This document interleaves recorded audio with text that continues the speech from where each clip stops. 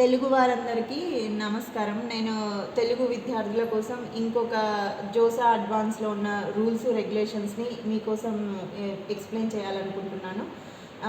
నాకున్న నాలెడ్జ్ ప్రకారం నేను ఎక్స్‌ప్లెయిన్ చేస్తున్నానండి. ఇది బిజినెస్ రూలు.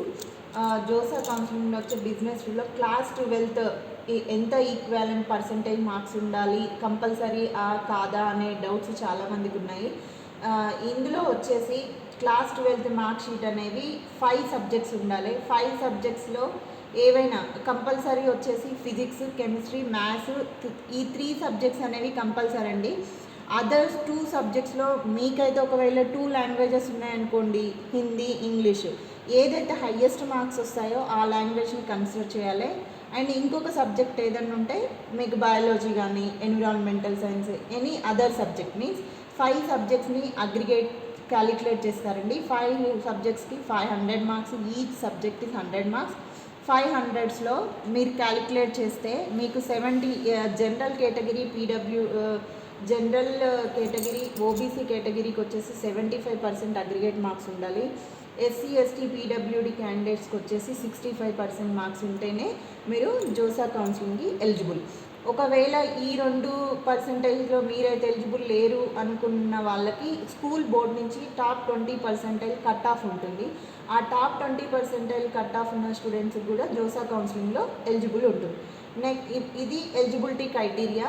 నెక్స్ట్ నేను వచ్చేసి ఇంకొక టాపిక్ అండి. ఎవరైతే ఎలిజిబిలిటీ క్రైటీరియాకి ఎలిజిబుల్ అయిన వాళ్ళు రిక్వైర్డ్ డాక్యుమెంట్స్ అనేది చాలా ఇంపార్టెంట్. ఏ డాక్యుమెంట్స్ కావాలనేది చాలామందిలో చాలా సందేహం ఉంది. ఇందులో వచ్చేసి లిస్ట్ ఆఫ్ డాక్యుమెంట్స్. ఫస్ట్ ఒకటి వచ్చేసి క్లాస్ 10th మార్క్ షీట్ అండి. క్లాస్ 10th మార్క్ షీట్లో డేట్ ఆఫ్ బర్త్ ఉంటే క్లాస్ 10th మార్క్ షీట్ మీరు అప్లోడ్ చేయొచ్చు. లేదు అనుకుంటే బర్త్ సర్టిఫికేట్ని అప్లోడ్ చేయాలండి.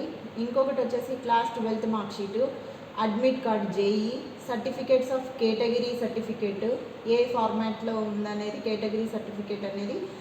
The main important point is April 1st, 2025 after April 1st, 2025 తర్వాత ఉన్నదైతేనే ఎలిజిబుల్ ఉంటుంది. And caste certificate, SC ST caste certificate అనేది కొన్ని స్టేట్స్లో వ్యాలిడిటీ ఉంటుంది, కొన్ని స్టేట్లో వ్యాలిడిటీ ఉండదు. మీకున్న వ్యాలిడిటీ ప్రకారము ఎస్సీ ఎస్టీ వ్యాలిడిటీ సర్టిఫికేట్స్ మాత్రమే అప్లోడ్ చేయాలండి.